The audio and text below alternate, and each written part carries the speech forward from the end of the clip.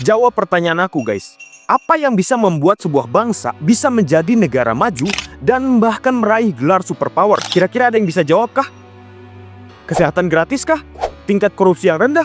Atau pendidikan yang bagus? Yang kalian pikirkan semua itu adalah fasilitas ketika negara tersebut menjadi maju guys. Bukan bagaimana prosesnya.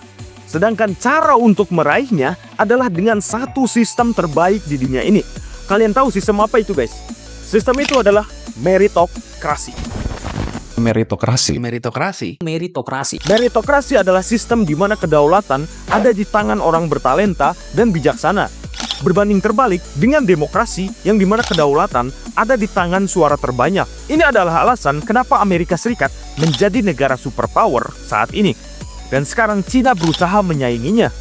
Kedua negara ini guys menerapkan sistem meritokratisme yang bisa dibilang mati di negara kita. Kalian tahu gak betapa susahnya untuk masuk universitas kelas MIT ataupun Harvard? Kurang dari 4% guys kemungkinan acceptance rate-nya. Dan kalian harus tahu adalah punya uang pun belum tentu bisa menjadi mahasiswa di kampus tersebut loh.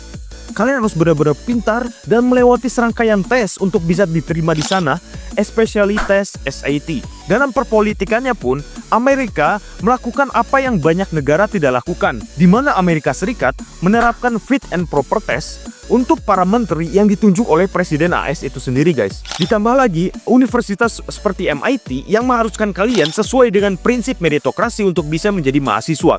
Jangan heran kalau negara ini bisa menjadi negara superpower dan banyak orang ingin tinggal di sana. Bukan karena militernya yang kuat, melainkan karena kita dihargai karena talenta dan prestasi kita guys. Hal inilah yang bisa aku bilang sudah hilang di dalam kehidupan negara kita, bahkan pendidikan kita guys. Yang bisa dengan uang kalian langsung masuk dan lulus ya kan? Bikin ketawa gak sih?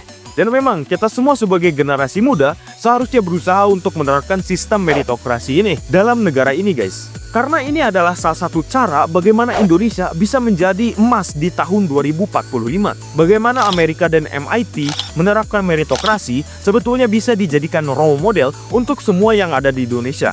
Bener gak sih guys? Dan yes, karena ini adalah video tentang MIT, gue mau bilang jangan lupa daftar Road to MIT yang diperpanjang sampai 24 Mei 2025 kalau kalian ingin mengunjungi kampus MIT itu sendiri dengan mata kalian guys. Oke, segitu aja dari gua. Jangan lupa like dan follow.